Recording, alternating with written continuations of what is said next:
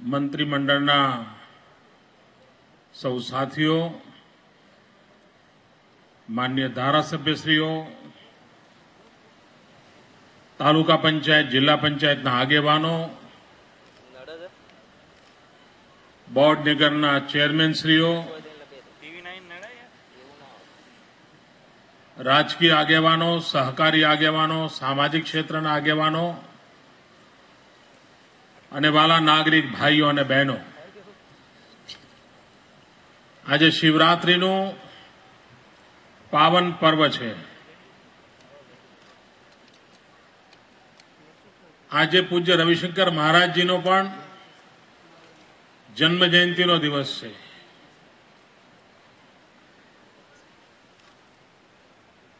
સમાજના છેવાડાના માનવીના કલ્યાણને માટે પૂજ્ય રવિશંકર મહારાજે પોતાનું જીવન ખપાવી દીધું હતું. સમાજમાં અવળે રસ્તે ચડવા માટે મજબૂર બનેલા લોકોને સાચો માર્ગ બતાવીને કુટુંબ અને સમાજ પ્રત્યે જવાબદાર બનાવવાનું એક ભગીરથ સફળ કામ એમના પ્રયાસોથી ગુજરાતે પાર પાડ્યું હતું. આવા પવિત્ર દિવસે આજે ગાંધીનગરમાં 5 કાર્યક્રમોનો એક સાથે મિલન થયું છે અને 5 કાર્યક્રમોના મિલન ઉપરાંત એક પ્રકૃતિની પદયાત્રા અહીંયા આજે યોજાણી. અને ગાંધીનગર એટલે પ્રકૃતિ પ્રેમ, ગાંધીનગર એટલે પ્રકૃતિની સમૃદ્ધિ, એવું એનું રૂપ વધુને વધુ પ્રભાવી બને, પ્રકટ થાય એવો એક સાર્થક પ્રયાસ અહીંયા થયો છે. ગાંધીનગર જિલ્લાને એનું સ્વતંત્ર જિલ્લા સેવા સદન મળે, એક એવું ભવન કે જ્યાં આધુનિક બધી જ વ્યવસ્થાઓ હોય, સામાન્ય માનવીની આવશ્યકતાઓની પૂર્તિ માટે કોઈ પણ નાગરિક પોતાની શિકાયત લઈને જાય, કામ લઈને જાય તો સરળતાથી સંબંધિત લોકોને મળી શકે, કામ માટેની પૂરી મોકળાશ હોય, આધુનિક ટેકનોલોજીનો ભરપૂર ઉપયોગ થયો હોય, એવું આજે કલેક્ટર કચેરીના ભવનનું, જિલ્લા સેવા સદનનું નવા મકાનનું લોકાર્પણ કરવાનો અવસર મળ્યો. સમગ્ર ભારતનું જેને ઘરેણું કહી શકાય અને જેના માટે હમણાં ગુજરાતને આંતરરાષ્ટ્રીય એવોર્ડ મળ્યા, એ વિજ્ઞાન ટેકનોલોજીનો ઉપયોગ વિકાસ માટે કેવી રીતે થાય,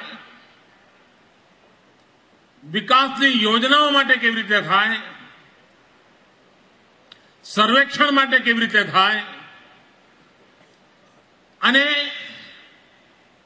ચોકસાઈપૂર્વક કેવી રીતે થાય અને તે માટે ઉપગ્રહનું આખું વિજ્ઞાન,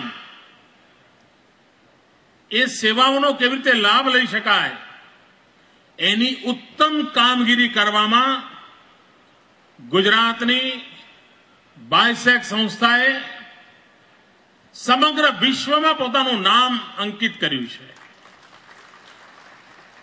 આજથી 7-8 વર્ષ પહેલા માત્ર 2-5 જિજ્ઞાસુ વિદ્યાર્થીઓ આ શાસ્ત્રને સમજવા માટે ત્યાં આવતા હતા. 7-8 વર્ષના ટૂંકા ગાળામાં આધુનિક વિજ્ઞાન ભણેલા ગ્રેજ્યુએટ, પોસ્ટ ગ્રેજ્યુએટ 500 કરતા વધારે યુવકો સેટેલાઇટ દ્વારા સેવાના, સમાજના વિકાસના કામો કેવી રીતે થઈ શકે એના રિસર્ચના કામમાં લાગ્યા છે અને એવી સંસ્થા ગાંધીનગરને આંગણે છે. આજે આના એક નવા ભવનનું પણ લોકાર્પણ કરવાનો અવસર મળ્યો. એ જ રીતે ભૂકંપ આપણે ત્યાં આફત બનીને આવ્યો હતો. કાળજું કંપાવી નાખે એવી હોનારત બની હતી. ગુજરાત જાણે મોતની ચાદર ઓઢીને સૂતું હતું અને લોકોમાં એવી માન્યતા હતી કે હવે ગુજરાત બેઠું નહીં થાય. એ આખી પરિસ્થિતિ પલટીને આજે ગુજરાત તેજ ગતિથી પ્રગતિ કરનાર, વિકાસ કરનાર રાજ્ય તરીકે શિરમોર બની ગયું છે. એનું કારણ આપણે આફતને અવસરમાં પલટી નાખી. પરંતુ આપણે એટલેથી સંતોષ ન માન્યો, કારણ કે કુદરત ક્યારે પણ વિફરે. કુદરતની કરામત ન્યારી હોય છે. એ સંજોગોમાં મનુષ્ય પોતાનાથી બનતા બધા પ્રયત્નો કરવા જોઈએ. બધું કુદરત પર છોડીને ન ચાલે. જેટલું પણ નુકસાન ઓછું કરી શકાય એના માટેની આવશ્યક જાગૃતિ, આવશ્યક શિક્ષણ, આવશ્યક ટ્રેનિંગ, આવશ્યક ડ્રિલિંગ, આ બધું જો થાય તો મોટામાં મોટા સંકટે પણ ઓછામાં ઓછા નુકસાને બહાર નીકળી શકીએ. અને તે માટે સમગ્ર રાજ્યમાં ઇમરજન્સી રિસ્પોન્સ સેન્ટર બનાવવાનું એક આપણે અભિયાન ચલાવ્યું. ભૂકંપ બાદ સરકારી તંત્રમાં કેપેબિલિટી આવે, કેપેસિટી બિલ્ડિંગનું અભિયાન ચાલે, એનું કામ કર્યું. મહાનગરો, નગરપાલિકાઓને આફતમાં પહોંચી વળવા માટે જે આધુનિકમાં આધુનિક સાધનો જોઈએ એ સાધનો પૂરા પાડવાનું કામ કર્યું. આના સમગ્ર બાબતને વૈજ્ઞાનિક ઢંગે સંચાલન કરી શકાય એટલા માટે એક રાજ્ય કક્ષાના ઇમરજન્સી રિસ્પોન્સ સેન્ટરની આવશ્યકતા હતી. કચ્છમાં જ્યારે ભૂકંપ આવ્યો ત્યારે એક મોટી મુસીબત એ થઈ કે જે અમે અનેક ઇમારતો પડી ગઈ એમાં આખું એક હોસ્પિટલ પણ ધ્વસ્ત થઈ ગયું. હવે આવડી મોટી હોનારત હોય અને જો હોસ્પિટલ જ ખતમ થઈ જાય તો સામાન્ય માનવીને શું મદદ કરી શકીએ. એ જ રીતે કોઈ આપત્તિ આવે અને આપત્તિનું સંચાલન કરનારું જે કેન્દ્ર હોય એ જ જો ધરાશયી થઈ જાય તો એ પરિસ્થિતિમાં પહોંચી જ ન વળાય. અને તેથી ગુજરાતમાં એક યુનિક પ્રકારનું ભવન આર્કિટેક્ચરની દૃષ્ટિથી અત્યંત મહત્વનું, જેમાં શોક એબ્સોર્બિંગ કેપેસિટી હોય, 8 કરતા પણ વધારે તાકાતવાળો ભૂકંપ આવ્યો હોય તો પણ આ ભવન સુરક્ષિત રહે, બોમ્બાર્ડિંગ થયું હોય તો પણ ભવન સુરક્ષિત રહે અને એ ભવનમાંથી રાહતની કામગીરીનું સંકલન વિના વિલંબે, વિના વિઘ્ને કરી શકાય એવું એક યુનિક પ્રકારનું ભવન આજે ગાંધીનગરને આંગણે લોકાર્પણ કરવામાં આવ્યું છે. એ જ રીતે ગાંધીનગર હવે વિકસી રહ્યું છે, વિસ્તરી રહ્યું છે. આસપાસના અનેક નવા વિસ્તારો પણ ગાંધીનગરની આ મહાનગરની હદમાં ઉમેરાયા છે. ત્યારે પીવાનું શુદ્ધ પાણી અને તે પણ પૂરતા પ્રેશર સાથે લોકોને સમય વધારે ન જાય, પાણીની રાહમાં સમય વેડફાય નહીં, પાણી પણ વેડફાય નહીં, તેના માટે પાણી પુરવઠાની સમગ્ર યોજનાને આધુનિક બનાવવાનું કામ પણ એનું પણ આજે શિલાન્યાસ કરવાનું કામ થયું છે. એ જ રીતે ગાંધીનગરમાં આ મહાત્મા મંદિરના નિર્માણની સાથે હવે ગાંધીનગરની એક નવી ઓળખ ઊભી થઈ છે.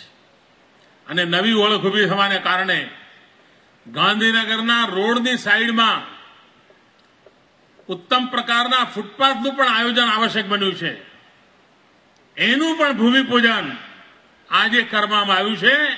આમ 5 પ્રકારના કામો કરોડો રૂપિયાના ખર્ચે ગાંધીનગરની જનતાને ભેટ ધરવામાં આવી રહ્યા છે.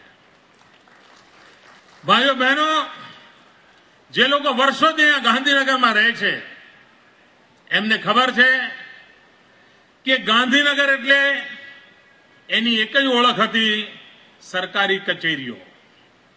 ગાંધીનગર એટલે સરકારી કર્મચારીઓની એક વસાહત. આનાથી મોટી ગાંધીનગરની ઓળખ જ નહોતી બનતી. આ એક નગર છે. આ નગરનો પોતાનો આત્મા છે. આ નગરની પોતાની આકાંક્ષાઓ છે. આ નગરની પોતાની લાગણીઓ છે. એને ક્યાંક તાંતણે બાંધવાની જરૂરિયાત હતી. ભૂતકાળમાં એવું ક્યારેય ન થયું. ગયા 5-7 વર્ષના લગાતાર પ્રયત્નોનું પરિણામ એ આવ્યું છે કે આજે ગાંધીનગરને ધબકતું જીવન જોવા મળે છે.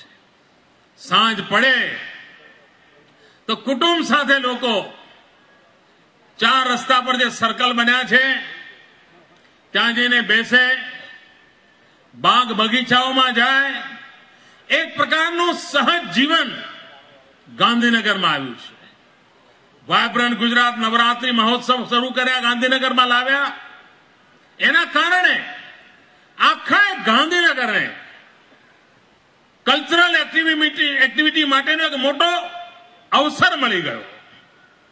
અને એના પછી અનેક નાની મોટી સંસ્થાઓ પણ ઉભરીને આવી.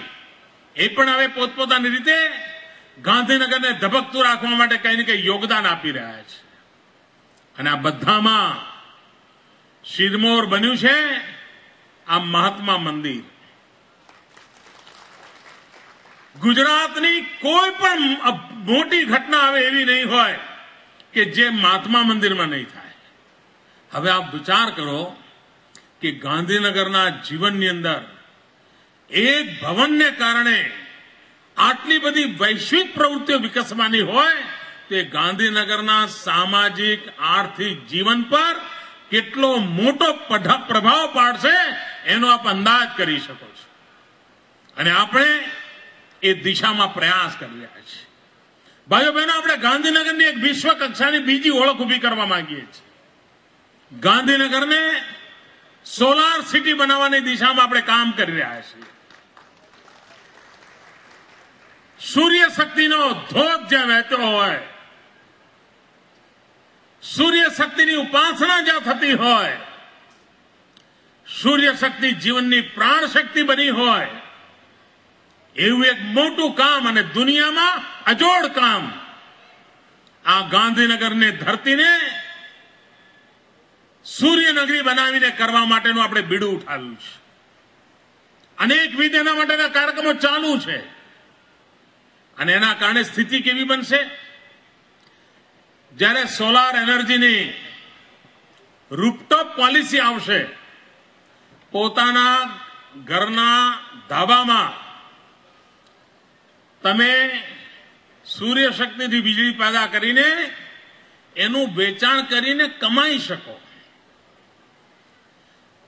ઘેર ઘેર તમે વીજળી પેદા કરીને વેચી શકો અને સરકારે વીજળી ખરીદવા માટેનું તમને બાંયધરી આપવાની છે.